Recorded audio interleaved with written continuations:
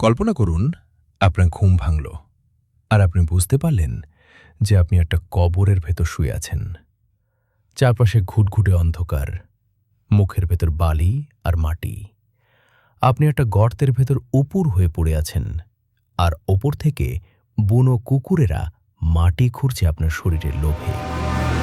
এটা কোনো হরর সিনেমার গল্প নয়, এটা রিকি মেগি নামের এক ব্যক্তির সাথে ঘটা বাস্তব ঘটনা। সবকিছু শুরু হয়েছিল অস্ট্রেলিয়ার এক জনমানবহীন মরুভূমির রাস্তা দিয়ে গাড়ি চালানোর সময়। রিকি দেখলেন রাস্তার পাশে একজন মানুষ লিফট যাচ্ছে। দয়া করে তিনি গাড়ি থামিয়ে লোকটিকে তুলে নিলেন।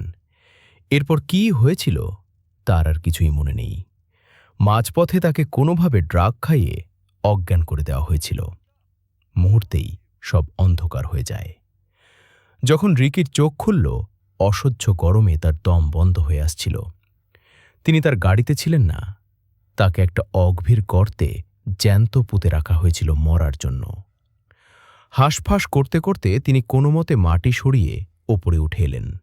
দেখলেন সামনে একদল ডিঙো বা বুনো কুকুর তাকে ঘিরে দাঁড়িয়ে আছে। তারা ভেবেছিল রিকি হয়তো মারা গেছেন। রিকি বেঁচে তো ফিরলেন, কিন্তু তিনি তখন পৃথিবীর অন্যতম বিপজ্জনক এক মরুভূমিতে একা। সাথে কোনো গাড়ি নেই, পায়ে জুতো নেই, এমনকি খাওয়ার পানিটুকুও নেই। টানা ৭১ দিন তিনি সেই নরক যন্ত্রণার মধ্যে টিকেছিলেন। বেঁচে থাকার জন্য হাতের কাছে যা পেয়েছেন তাই খেয়েছেন। কাঁচা জোক চিবিয়ে খেয়েছেন, ব্যাঙ আর ঘাস ফড়িং গিলেছেন। ধুঁকতে ধুঁকতে তার ওজন ১০০ পাউন্ডের বেশি কমে গিয়েছিল। শরীরটা স্রেফ একটা কঙ্কালে পরিণত হয়েছিল।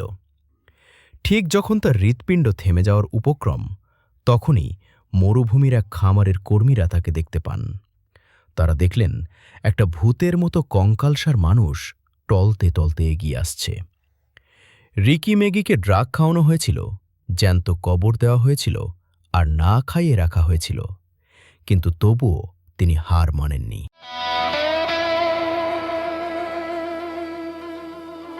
Almost gone.